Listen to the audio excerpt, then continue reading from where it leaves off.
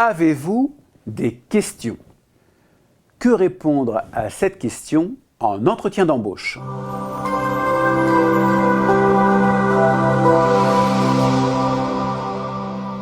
Sur le fond, pourquoi poser des questions?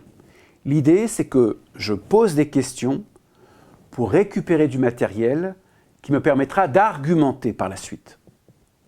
En ce sens, certaines questions sont à éviter. C'est ce que j'appelle les questions statiques. Combien y a-t-il de personnes dans l'équipe?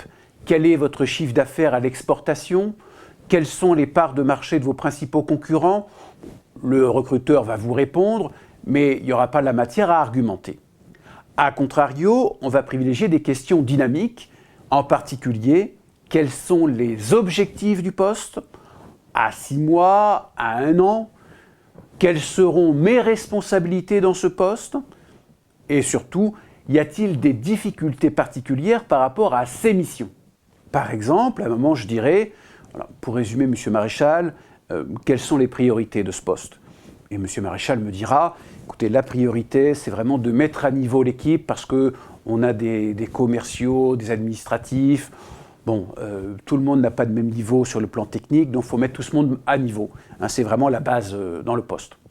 Et après, je relance et je lui dis, oui, est-ce qu'il y a d'autres priorités? La priorité, c'est vraiment de réussir nos ventes pour les fêtes de Noël. Là, il faut vraiment qu'on ramène du chiffre, c'est la priorité. Ce qui fait que par la suite, je pourrais revenir sur ces questions en disant par exemple, oui, par rapport aux ventes sur la période de Noël, aujourd'hui, quelle est la difficulté? Ou est-ce que vous avez des pistes? Comment vous voyez ça? Vous voyez le principe? Et je vais creuser sur les réponses.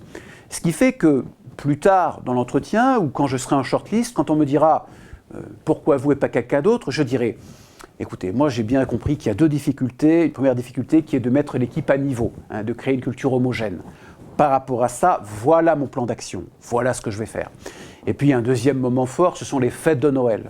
Pour vraiment récolter du chiffre sur les fêtes de Noël, voilà ce que je vous propose. Un dernier conseil, n'attendez pas la fin de l'entretien pour poser des questions.